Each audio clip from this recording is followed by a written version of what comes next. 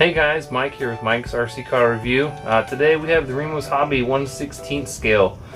We have two of them. We got the Smax, which I already did an unboxing of that, and I'll put that in the link up here, and the test run, which I'll put another link up there. And we have the Remo Hobby short course truck. I was going to do a complete unboxing of that with all the details of it, but the problem is they're very close in resemblance of each other, just a couple minor details. So I figure I'd just do a comparison between the two vehicles so you guys can see which one would better fit you. I didn't want to do a complete unboxing because it's very close to the same, between the two vehicles. All right, well, let's get into it. On the right we have the Smax monster truck, and on the left we have the short course truck, the Rocket. We'll go over the two main really differences between them, and then you guys can decide which best suits you. We'll start off with the Smax. The Smax has wider tires than the short course truck does.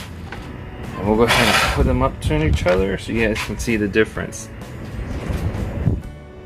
And lastly, the only other difference between them is the bumpers. The short course truck has longer bumpers to protect the body. The body is a little bit longer than the Smax, for the rear and the front. They do have some flex to them, so they will allow to run into something or whatever. They shouldn't snap off right away, and yet it'll still protect the body.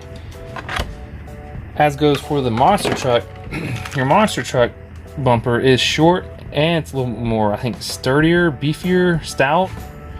And then there's the front. They do both come standard with the metal diff gears, metal cups, metal dog bones, and of course the metal caps on the shocks.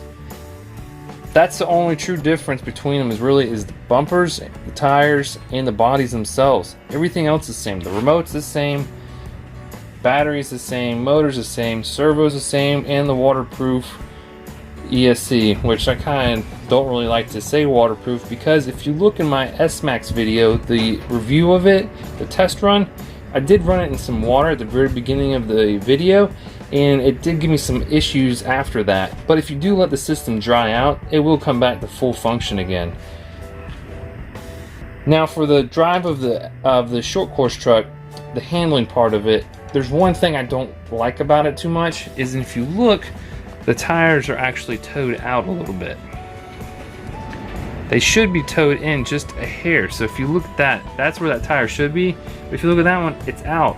I do have a small racetrack at my house that I like to test the cars on, and that's one issue I had. It was really hard to keep it in the line of the track. Now they do make adjustable tie rods for them, and I do have them, and I'm going to put them on and then see how it handles and everything. And I know it's probably going to make a world of difference. Another thing is the shocks. These are spring shocks. They're not oil filled, so don't try putting in oil because they're just going to leak out and create a huge mess. Don't do it, because I've read so many people trying to do it. It's just not going to work out. So they do make aftermarket shocks for them, oil filled already, and I'll put a link to those two products below in the description. That way there you guys can get them if you're wanting to buy one of these cars. I personally like the look of the Smax. It looks more beefier, stronger. It's just really fun to drive. The tires are a little bit wider in these, so they do throw up a good amount of mud.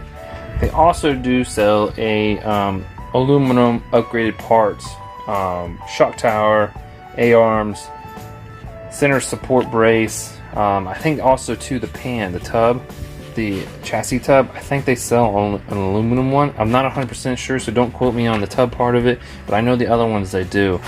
So as of now, I'm going to keep it with the brushed system, and I'm going to be putting a brushless in it later, but I'm going to run it the way it is now. My son drives it, he loves it, he runs it through the yard. He's not that great at it, so he smashes into everything, and I haven't broken anything yet. So durability wise, can't beat it. They're less than $100 on Bangood, and you sometimes can catch a coupon or something, so you may even get it even cheaper than that.